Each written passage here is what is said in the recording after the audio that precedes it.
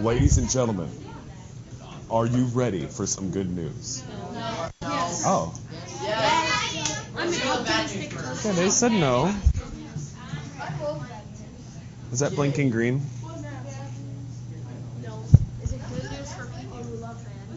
Okay, that's good. Well, the bad news would have been if you guys really didn't want good news.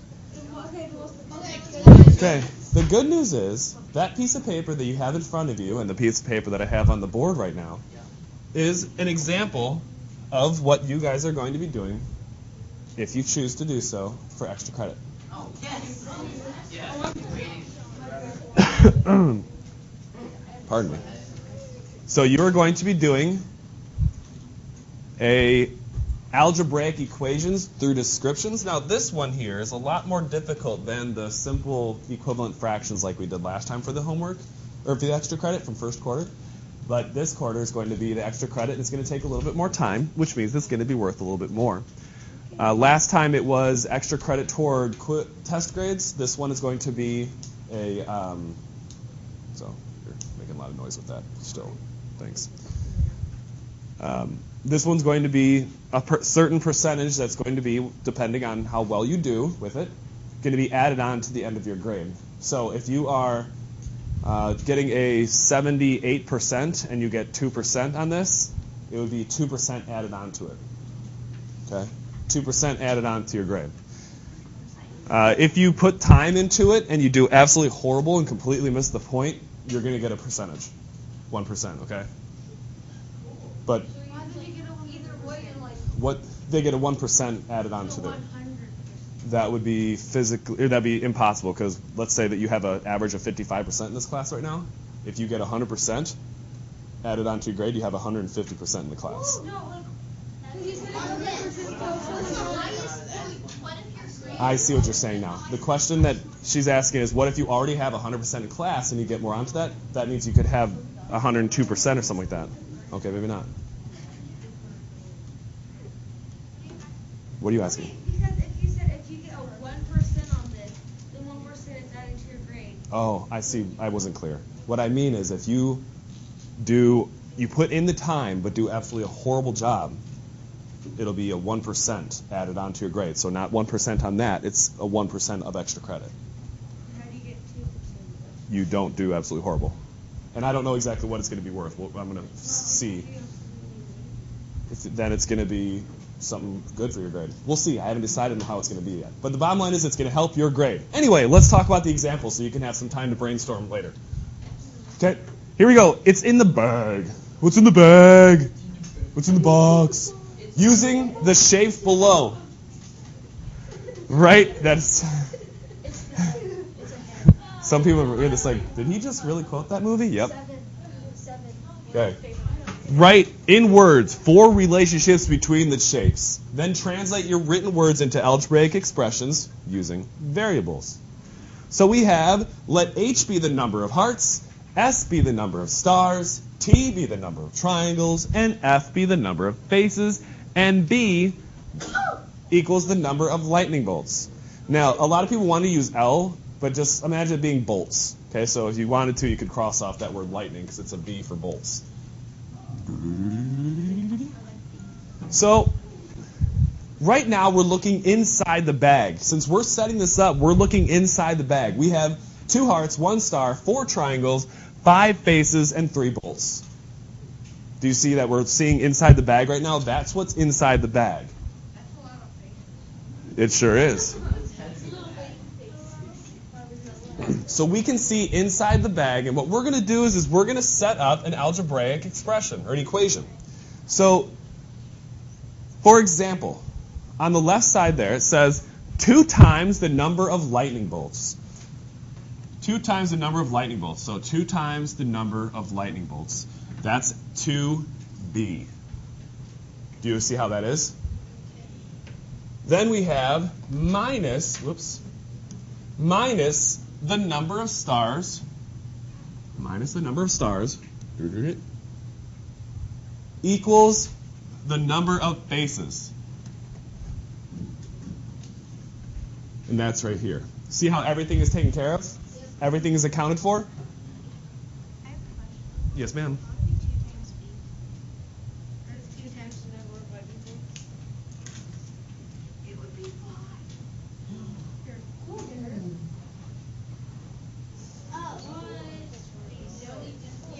Okay. So I'm going to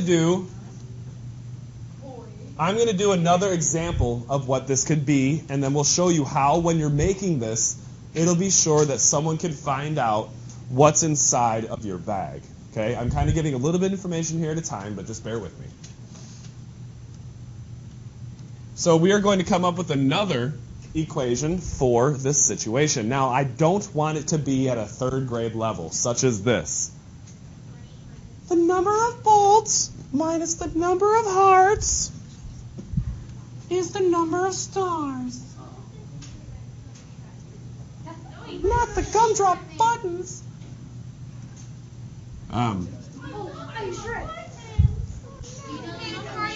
That would be 3rd grade math. You guys are not in 3rd grade. You're in 7th grade. So if I had this, I'm going to think of a 7th grade way of doing this, where I'm going to have something equal the amount of we'll go triangles. So I want to end it up with something that is equal to t. So I'm going to be, it's actually, I think, easier to do an equation first and then go back in time to write it out. So if we have, let's see, 10 two faces,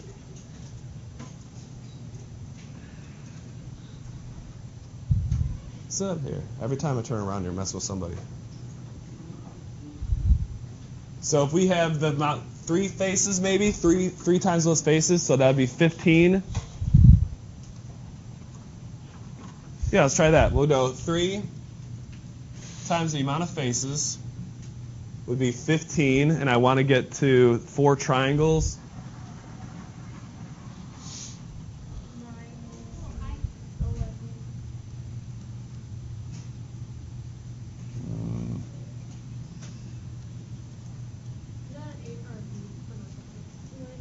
Minus 3b, so would that be 3f, so 3 faces, 15 minus 9, that'd be 6. Okay, so we still need to get a couple more. Minus h equals t. That could work. I have at least 2, actually I have 4 operations going. I want there to be more than one operation. Remember operations, the order of operations, addition, subtraction, multiplication, division, right? So I want there to be more than one operation when you guys are making these. That's another option we could do. Then we could do one that is, and I could write that out right here, 3 times, but 3 times the amount of faces minus, excuse me, ouch.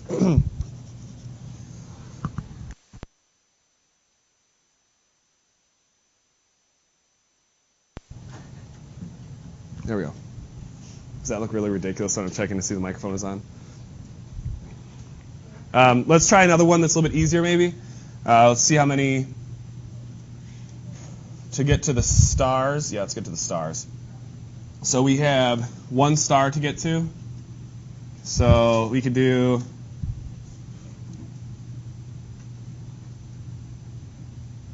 the amount of bolts divided by the amount of stars plus hearts. No, I don't like that.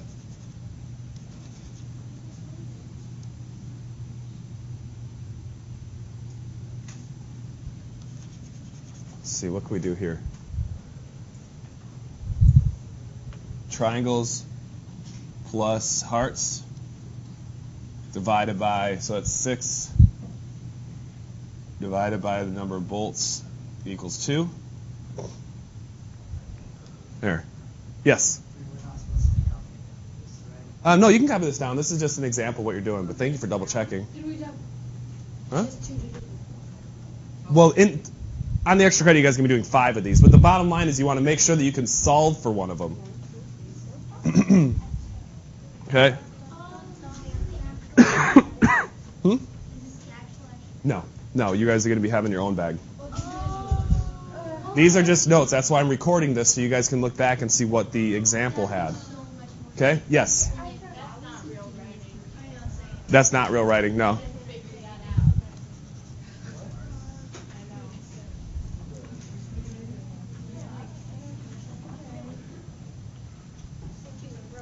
So, when you guys have your example of what I'm giving you, here's ones that previous periods came up with. The ones that are in blue. Okay? Now, when you come up with these, what's going to happen is, in your plastic bag, let's see here if I can do a bag. Or not plastic bag, in your...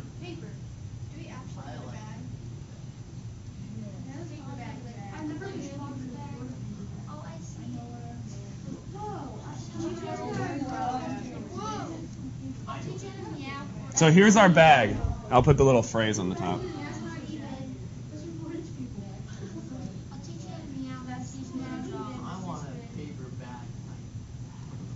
So here's the regular lunch sack. Why does that keep doing that?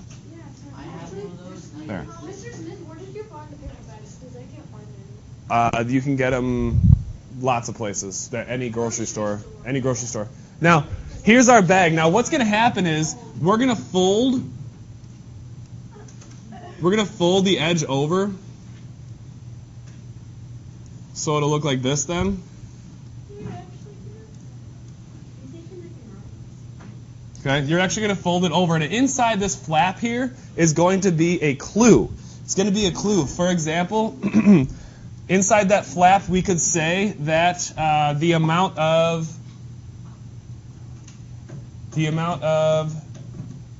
faces equals 5. So it might have said faces equal 5. So what would happen is, when the person is trying to solve these, they would know that this is going to be 5 right here. They would know that any of the other ones that we did, where the F's are going to be 5, so here's 5 right there. And we can start to solve for these things. When you start to figure out, okay, we know what one of them is, so that means I can find what the other ones are. So this one would be 15. 3b minus h equals t. If we had... you would want one of the clues to lead to your solution.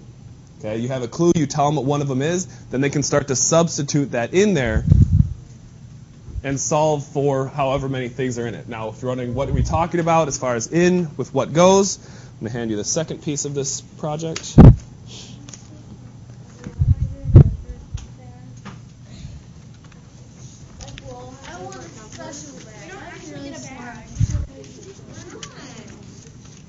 Sorry.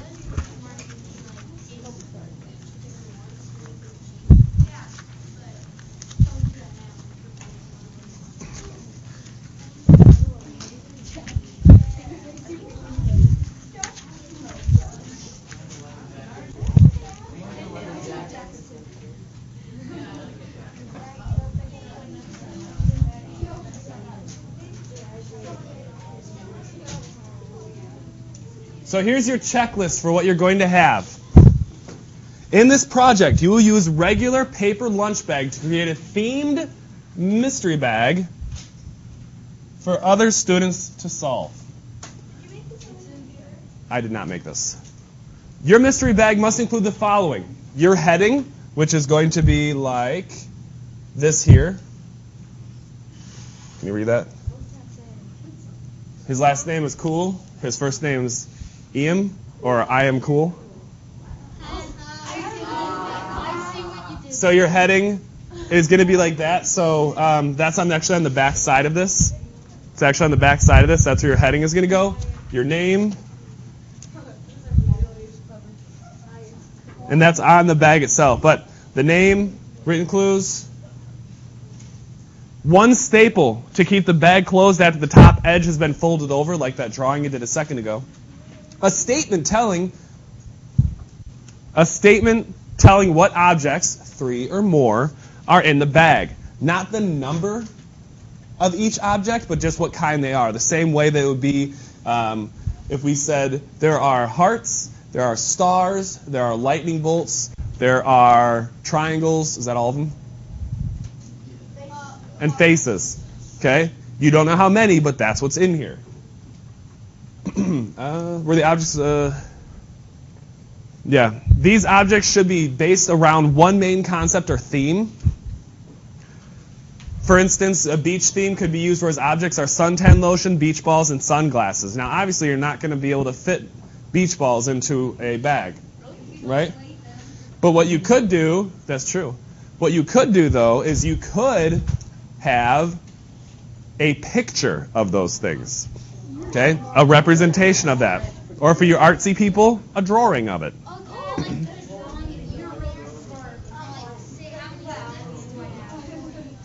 How many Smiths?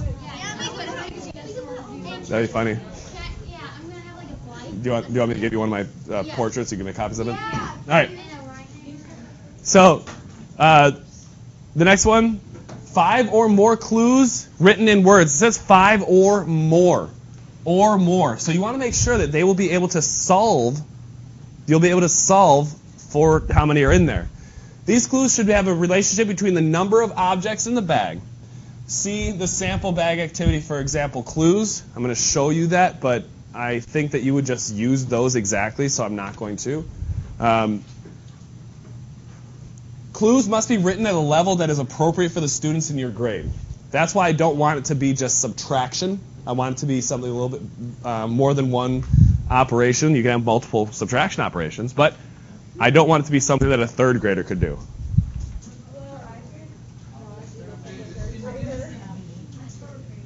Hint under the flap, for example, stars.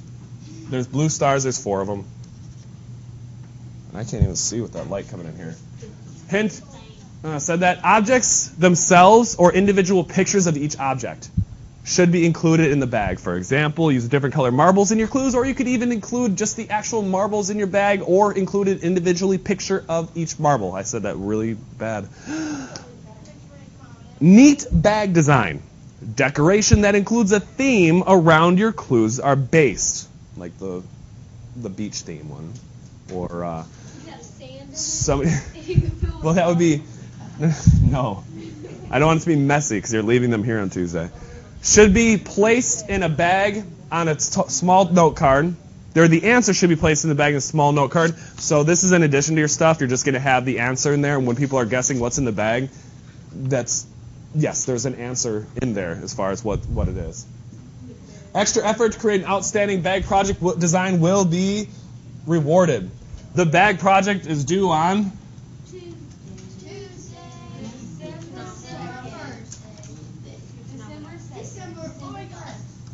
Tuesday, December 1st, 1995. No, 2015. Nope. That's when I was in 5th grade. You were in 5th grade In December 90, or no, December 95 I was in 6th grade. That was my brother. My brother was born in 1999. I have 3 brothers. My brother was 1993. I have a brother as old as you. My dad was born. I was like 1914. So here's an example of some of the key words. It says here the sum of red and blue is yellow. Blue squared is red. Blue squared plus red is yellow plus 12. Okay? Multiple operations there. Yellow divided by blue is red minus 11. And then blue cubed is the difference between the 4 times yellow. What did I just say? Blue cubed is the difference between 4 times yellow and red. And then the hint would be covered up, and this would be folded over. So this is actually what your bag is going to look like here. See how here's the top of the bag? I think that should have been at the top, actually. So the hints will be The hints are going to be on the bag itself. They're going to be on the bag itself. Yes, ma'am? Does it matter what kind of paper bag we have? Like if it's like a yellow bag or it's a brown That's fine. It can be brown bag, it can be a white one, like ones you often see people put candles in along driveways for an event. Taco Bell bag would work, I guess, especially if you're doing a Taco Bell theme, right? So I'm going to give you, as I pass out your guys' recent quizzes and tests, I'm going to give you time to start brainstorming ideas as far as what you could do. And this is the end of the video.